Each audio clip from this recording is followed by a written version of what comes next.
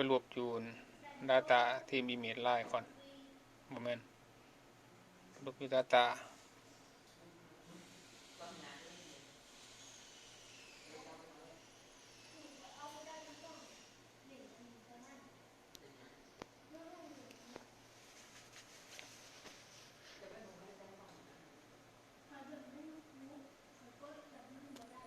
รูประบบมันออกบ่เมิดอันนี้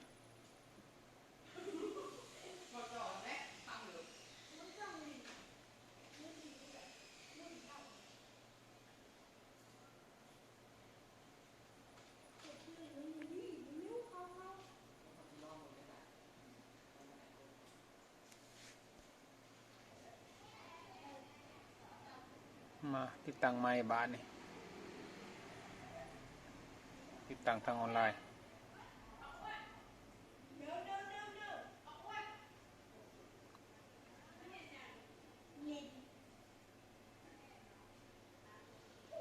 มันสิมาสับสนอยู่บ่อนนั้นแขกมันกอบเอาแขก2 อันไปวางใส่อยู่ในอีเมจไลน์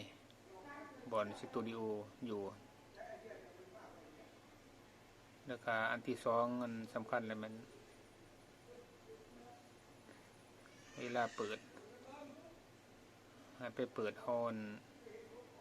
คีย์ที่มันเขียนไว้แล้วก็ได้เลย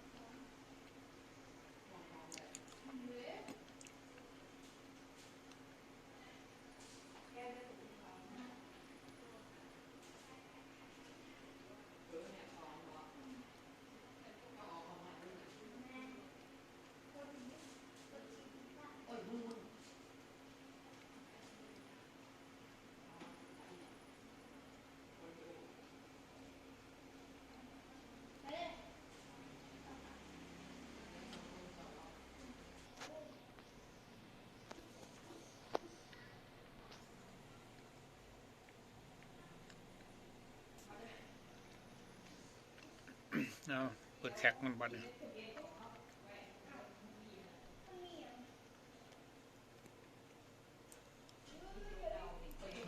บุญกอบไปใส่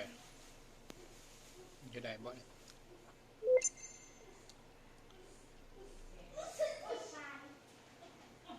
แคนเซิลเนาะให้มันสู้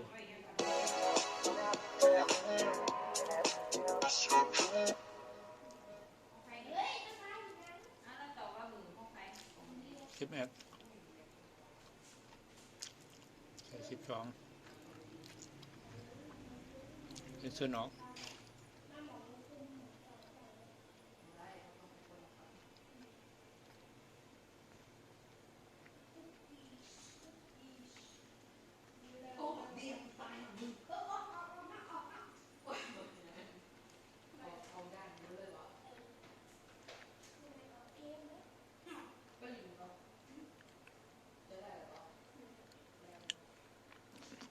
ขอบไป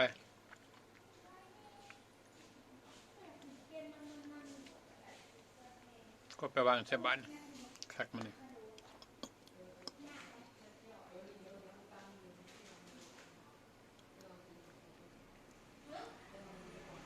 วางอีเมลได้ป่ะ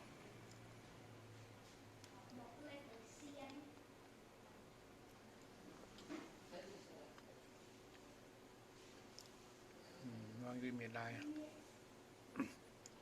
เอา2 ตัวดะไปวางใส่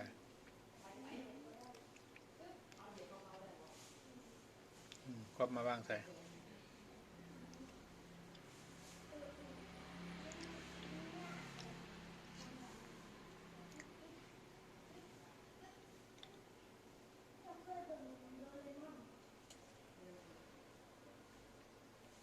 เปิดขึ้นมาใหม่เบิ้งบัน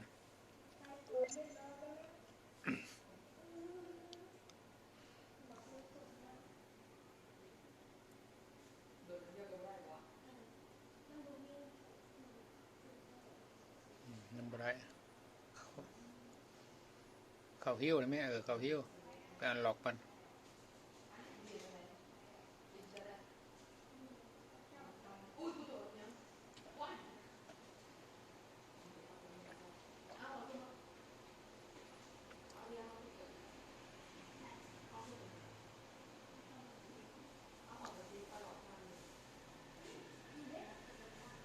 เบา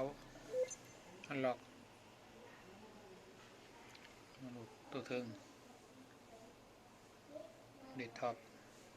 มาหาบอลมันอยู่เอาคีย์มัน yes no save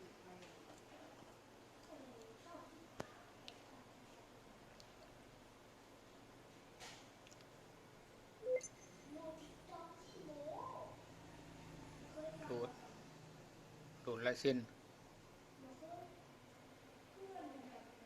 ดูท็อป FL วิกกี้ no โอ้โนเลยจนมันขึ้นมาเองมัน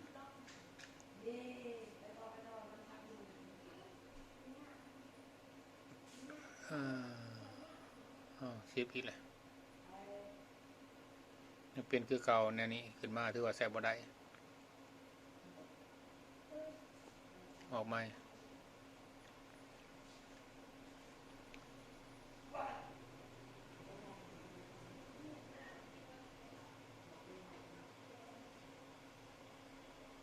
เข้าวินโดว์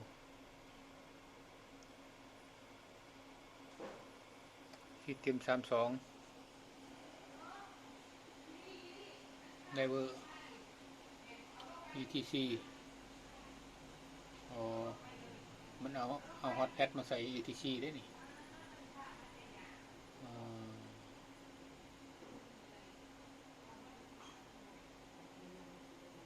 ฮอตมาใส่เบิ้งได้บ่บ้าเนี่ยคืออยู่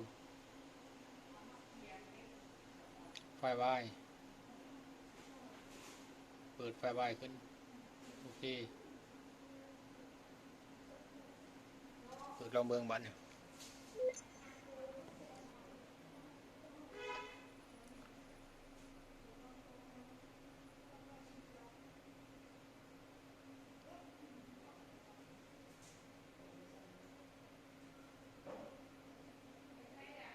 10 แอด10ลองเบิ้งดิท็อปยังบ่ได้ตัวนี้ขึ้นมาเขาออกไหม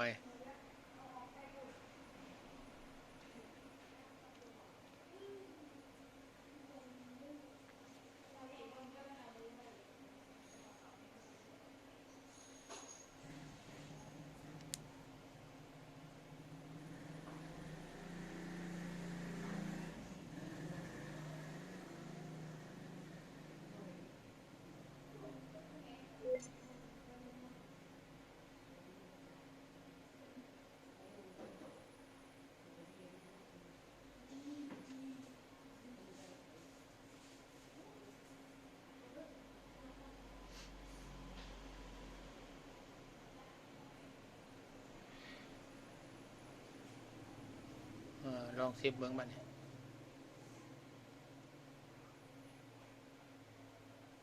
ยังบ่ได้กันเป็นอันนี้ขึ้นมาเนี่ย